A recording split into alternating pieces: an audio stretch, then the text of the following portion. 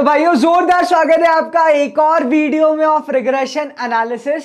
हम लोग till now बहुत सारी प्रॉपर्टी डिस्कस कर चुके हैं और एक अंतिम प्रॉपर्टी रिग्रेशन की हम लोग डिस्कस कर रहे थे जिसका नाम है पहचान कौन। तो बजा दो यार।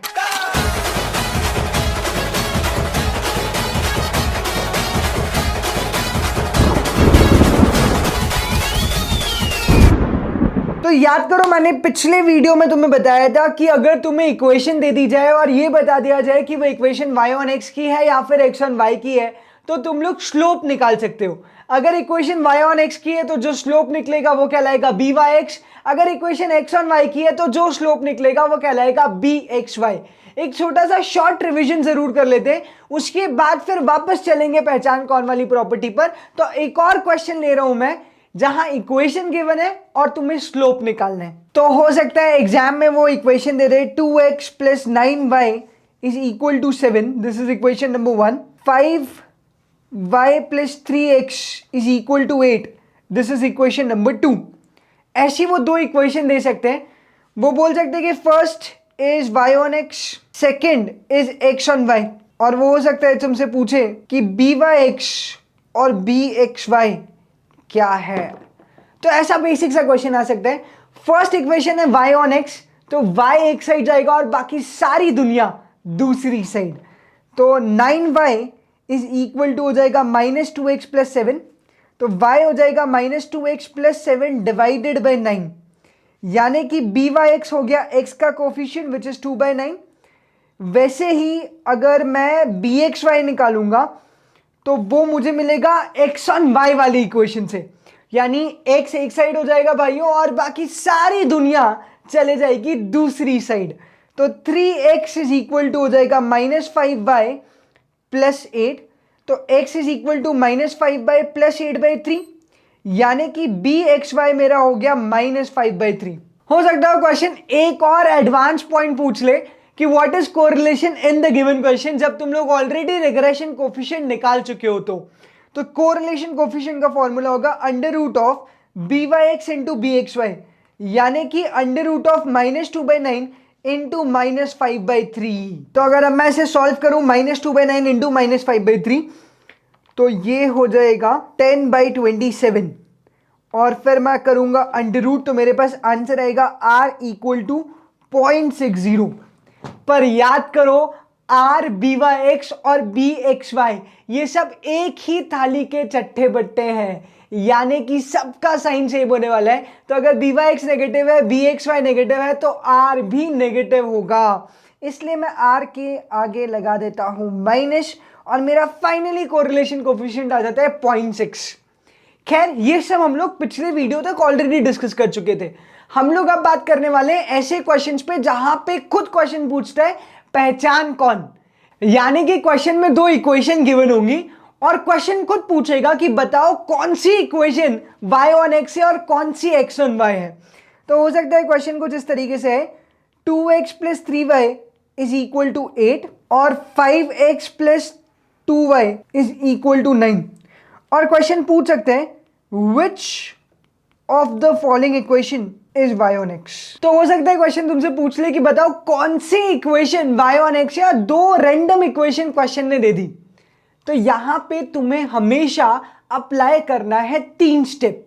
सबसे पहले स्टेप नंबर 1 कुछ भी अज्यूम कर लो, स्टेप 2 कैलकुलेट स्लोप्स और step 3 check if byx into bxy is less than equal to 1। तो भाइयों 3 स्टेप में क्वेश्चन सॉल्व हो जाएगा। स्टेप नंबर 1 बहुत आसान है। सबसे पहले तुम लोग कुछ भी अज्यूम कर लो। मान लो ये दो इक्वेशन दे रखी है, मैं इन दोनों में से कुछ भी अज्यूम कर सकता हूं। मैंने मान लिया suppose first equation y on x है और second equation x on y है, या फिर मैंने बोल दिया second equation y on x है और first equation x on y। तो ऐसे में कुछ भी मन चाहा अलता भलता जो मन में आए वो अजम्पशन ले सकता हूं। तो अपने मन मुताबिक मैं कोई एक इक्वेशन मान लूंगा y ऑन x और अपने मन मुताबिक कोई एक इक्वेशन मान लूंगा x ऑन y। तो जब मुझे y ऑन x और x ऑन y मेरे अजम्पशन के अकॉर्डिंग मिल गई तो मेरे अज्यूम्ड स्लोप्स भी निकल जाएंगे, मेरा byx भी निकल जाएगा और bxy भी निकल जाएगा। जिस इक्वेशन को मैंने y ऑन x माना है उससे मुझे byx मिल जाएगा, जिस इक्वेशन को मैंने x ऑन y माना है उससे मुझे bxy मिल जाएगा। अब जब मुझे दोनों रिग्रेशन कोफिशिएंट मिल गए तो स्टेप 3 में मैं ये चेक कर लूंगा कि क्या मेरे दोनों रिग्रेशन कोफिशिएंट के मल्टीप्लिकेशन पे आंसर 1 या 1 से कम आता है क्या, क्योंकि ये प्रॉपर्टी है कि दोनों रिग्रेशन कोफिशिएंट का जब तुम लोग प्रोडक्ट करते हो तो वो प्रोडक्ट 1 से छोटा या 1 के बराबर होना चाहिए। तो अगर मेरे दोनों रिग्रेशन कोफिशिएंट्स का प्रोडक्ट 1 से कम या फिर बराबर है और दोनों का साइन सेम है तो उस केस में मेरा अजम्पशन बिल्कुल करेक्ट है। My assumption is absolutely correct. उस केस में मेरा अजम्पशन बिल्कुल करेक्ट है और जैसा मैंने इक्वेशन सोचा था वो इक्वेशन वैसी ही निकली। और अगर by(x) into bxy less than equal to 1 नहीं आया, इसका मतलब है जो अज्यूम किया था उसका ठीक उल्टा सही होने वाला है। चलो प्रैक्टिस करते हैं, फिर तुम्हें और डिटेल में समझ में आ जाएगा। तो भाइयों चलो जल्दी से ये तीनों की तीनों स्टेप लगाते हैं इस क्वेश्चन के ऊपर। यहाँ पे 2 इक्वेशन दे रखी है और मुझसे पूछा कि बता y(x) कौन सी इक्वेशन है। तो मुझे नहीं पता भाई, दोनों इक्वेशन में से मैं नहीं जानता कि कौन सी इक्वेशन y(x) है और कौन सी इक्वेशन x(y) है। तो फिर एक काम करते हैं भाइयों, मैं मन से अज्यूम कर लेता हूं कि मेरी पहली इक्वेशन y(x) है और दूसरी x(y) है। तुम चाहो तो दूसरा अजम्पशन भी ले सकते हो कि दूसरी x(y) और पहली y(x) है, फर्क नहीं पड़ता। तो भाइयों एक काम करते हैं, मैं मान लेता हूं कि मेरी जो पहली इक्वेशन है वो है y(x) और दूसरी है x(y). तुम चाहो तो दूसरा अजम्पशन भी ले सकते हो कि पहली है x(y) और दूसरी है y(x). जिसको जो अजम्पशन लेना है वो ले लो। मैंने अजम्पशन लिया कि मेरी पहली इक्वेशन y(x) है और दूसरी x(y) है। तो चलो let me assume 2x plus 3y equal to 8, ये मैंने मान लिया y(x). फिर 5x plus 2y is equal to 9, ये मैंने मान लिया x(y). तो अगर मेरे पास y(x) है तो क्या मैं by(x) निकाल सकता हूं? चलो by(x) निकालते हैं। 3y is equal to minus 2x plus 8, यानी कि y equal to minus 2/3x plus 8/3, यानी कि by(x) मेरा निकल के आ जाएगा माइनस 2/3। by(x) आ गया। अब निकालते हैं bxy। तो bxy के लिए 5x एक साइड और बाकी सारी दुनिया दूसरी साइड। तो x आ जाएगा माइनस 2/5y प्लस 9/5। तो मेरा जो bxy आ रहा है भाइयों वो आ रहा है माइनस 2/5। दोनों का साइन सेम है। अब जाते हैं सीधे सीधे स्टेप 3 पर और स्टेप 3 में चेक करते हैं क्या bxy into by(x) less than equal to 1 है। अगर मैं करता हूं माइनस 2/5 इंटू माइनस 2/3 तो मेरा आंसर आता है लेस देन इक्वल टू 1। जी हाँ, by(x) into bxy less than equal to 1 आ रहा है। इसका मतलब है मैंने जो अज्यूम किया था, जो अजम्पशन लिया था वो 100% सही है। यानी कि मेरी पहली इक्वेशन y(x) है और दूसरी x(y) है। तो तुम लोग डायरेक्टली आंसर लिख सकते हो, फर्स्ट इक्वेशन इज y(x). तो बहुत आसान है भाइयों, 3 स्टेप फॉलो करनी है। स्टेप 1 मन से कुछ भी अज्यूम कर लो। स्टेप 2 by(x) निकालो और bxy निकालो। स्टेप 3 चेक कर लो कि मेरा अजम्पशन सही है या नहीं। अगर by(x) into bxy less than equal to 1 हुआ तो अजम्पशन बिल्कुल सही है। अगर by(x) into bxy less than equal to 1 नहीं हुआ तो अजम्पशन गलत है।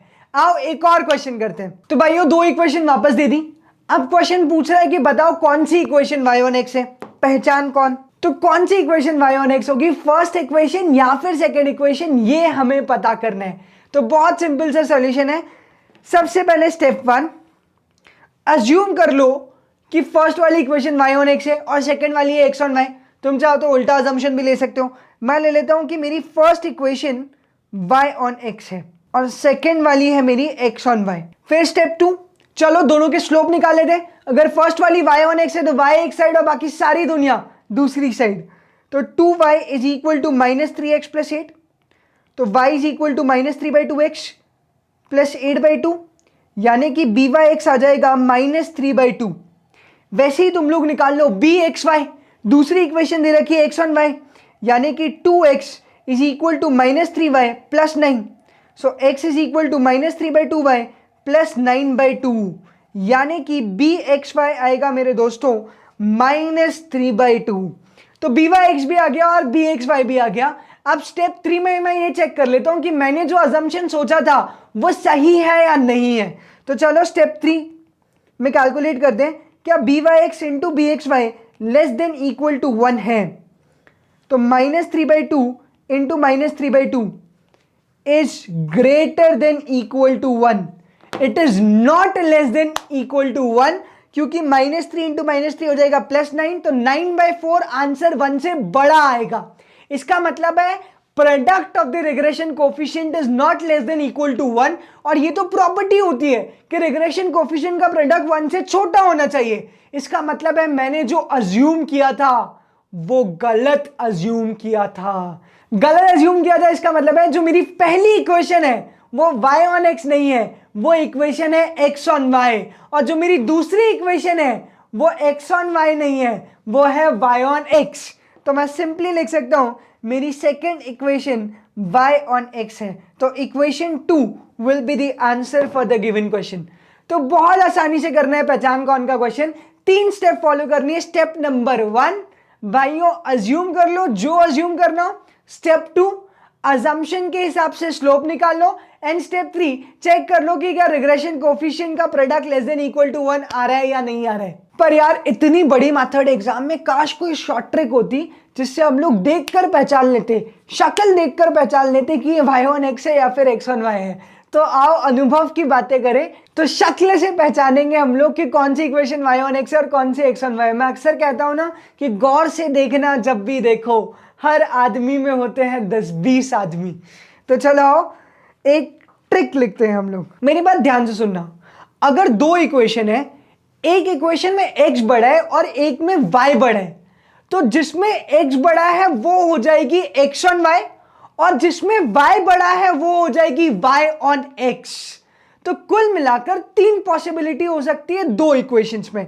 तो एक बार लिखते हैं फिर उन पॉसिबिलिटीज को डिस्कस करते हैं। तो भाइयों दो इक्वेशन में 3 पॉसिबिलिटी हो सकती है। पॉसिबिलिटी 1 कि एक इक्वेशन में x का कोफिशिएंट बढ़ा और दूसरे में y का कोफिशिएंट बढ़ा हो। Say for example 2x + 3y is equal to 8। इसमें y का कोफिशिएंट बढ़ा है बिकॉज y का कोफिशिएंट है 3 और x का कोफिशिएंट है 2। जो x के साथ लिखा है वो x का कोफिशिएंट, जो y के साथ लिखा है वो y का कोफिशिएंट। तो यहां पे y का कोफिशिएंट है 3 और x का कोफिशिएंट है 2, यानी कि इस इक्वेशन में y का कोफिशिएंट बढ़ा है और दूसरी इक्वेशन में x का कोफिशिएंट बढ़ा है। चेक करो, दूसरी इक्वेशन मैंने लिखी है 4x + 2y = 7। तो एक इक्वेशन में y का कोफिशिएंट बढ़ा और दूसरी इक्वेशन में x का कोफिशिएंट बढ़ा। या फिर ऐसा भी हो सकता है दूसरे वाले एग्जाम्पल में फर्स्ट इक्वेशन में x का कोफिशिएंट बढ़ा है और सेकेंड इक्वेशन में y का कोफिशिएंट बढ़ा है। तो दोनों एग्जाम्पल्स में एक इक्वेशन में x का कोफिशिएंट बढ़ा और एक इक्वेशन में y का कोफिशिएंट बढ़ा है। अगर पॉसिबिलिटी 1 टाइप का क्वेश्चन है तो याद रखना जिसमें x का कोफिशिएंट बढ़ा है वो हो जाएगी x on y, और जिसमें y का कोफिशिएंट बढ़ा है वो आउटराइटली हो जाएगी y on x। यानी कि तुम्हें सॉल्व करने की भी जरूरत नहीं है। जबरदस्त ट्रिक, जबरदस्त टेक्निक। ऐसा क्वेश्चन अगर एग्जाम में आता है तो पूरे के पूरे 2 मिनट तुम लोगों ने बचा लिए अगर ये ट्रिक तुम्हें पता हो तो बहुत आसान। अगर x का कोफिशिएंट एक में बढ़ा और एक में y का कोफिशिएंट बढ़ा तो जिसमें y का कोफिशिएंट बढ़ा वो y on x, जिसमें x का कोफिशिएंट बढ़ा वो x on y। तो भाइयों पहला सॉल्यूशन मैंने लिख दिया, एक बार टेस्ट कर लेते। अभी मैंने आपको पुराना क्वेश्चन दिया था 3x + 2y = 8। इसमें कौन बड़ा है बताओ? इसमें एक इक्वेशन में x बड़ा है और दूसरी इक्वेशन थी 2x + 3y = 9। दूसरी इक्वेशन में कौन बड़ा है? y। तो एक में x बड़ा और एक में y बड़ा, तो आउटराइटली जिसमें y बड़ा है वो हो जाएगी y on x। यानी कि इतना सॉल्व करने की जरूरत ही नहीं है, ये सब बेवकूफी है, ये सॉल्व करना ही नहीं है। सीधे देखकर, शक्ल देखकर तुम लोग अंदाजा लगा सकते हो कि कौन सी इक्वेशन x on y और कौन सी y on x। तो यहां पे clearly equation number 2 y on x होने वाली है, क्योंकि इक्वेशन 2 में y का कोफिशिएंट बड़ा है और इक्वेशन 1 में x का कोफिशिएंट बड़ा है। तो अगर पॉसिबिलिटी 1 का क्वेश्चन हो तो डायरेक्टली आंसर निकल जाएगा। चलते हैं पॉसिबिलिटी नंबर 2 पे। अगर दोनों में ही x का कोफिशिएंट बड़ा है, से for example 3x + y = 9, 8x + 2y = 4। तो अगर दोनों ही इक्वेशन में x का कोफिशिएंट बड़ा है तो इस केस में मैं शॉर्टकट नहीं लगा पाऊंगा भाई, दुख के लिए खेद है, लेकिन यहां पे फॉलो करनी पड़ेगी 3 स्टेप्स। यहां पे फिर चेक करना पड़ेगा कि कौन सी y on x है, कौन सी x on y। यहां पे मैं शक्ल देखकर जवाब नहीं दे सकता। और तीसरी पॉसिबिलिटी, अगर दोनों में y का कोफिशिएंट बढ़े, say for example 3y plus x is equal to 8 and 4y plus 2x is equal to 9। तो अगर दोनों में ही y का कोफिशिएंट बड़ा है तो यहां पर भी मैं शक्ल के बेसिस पे आंसर नहीं दे सकता, मुझे फॉलो करना पड़ेगी 3 स्टेप्स। तो ये फाइनल समरी है भाई ट्रिक की। सबसे पहले अगर एक में x का कोफिशिएंट बड़ा, एक में y का कोफिशिएंट बड़ा, जिसमें y बड़ा वो y ऑन x, जिसमें x बड़ा वो x ऑन y, दोनों में x बड़ा या फिर दोनों में y बड़ा, तो फिर वो 3 स्टेप फॉलो करनी पड़ेंगी। स्टेप 1 अज्यूम करो, स्टेप 2 स्लोप निकालो और स्टेप 3 चेक करो कि क्या product of regression coefficients less than equal to 1 है या फिर नहीं। तो देखो भाई इसी के साथ रिग्रेशन एनालिसिस हो जाता है खत्म। मैं आ गया हूं चैंपियंस वाला चार्ट पे। एक बार चैंपियंस वाला चार्ट इनको पूरी फुल स्क्रीन पे दिखा दो, सबको शो कर दो चैंपियंस वाला चार्ट। तो अगर ये सिर्फ चार्ट पढ़ लिए तुम लोगों ने चैंपियंस वाले, तो भी तुम एग्जाम में बहुत अच्छे मार्क्स स्कोर करोगे, दैट इज अ गारंटी। तो एक और चैप्टर तुम लोगों ने कर लिया भाई, तो ये चैप्टर होता है यही खत्म, लेकिन हमारा सफर अभी थमा नहीं है। हम लोग फिर मिलेंगे इन द नेक्स्ट वीडियो एक नए चैप्टर के साथ। तब तक के लिए bye bye, take care and keep smiling.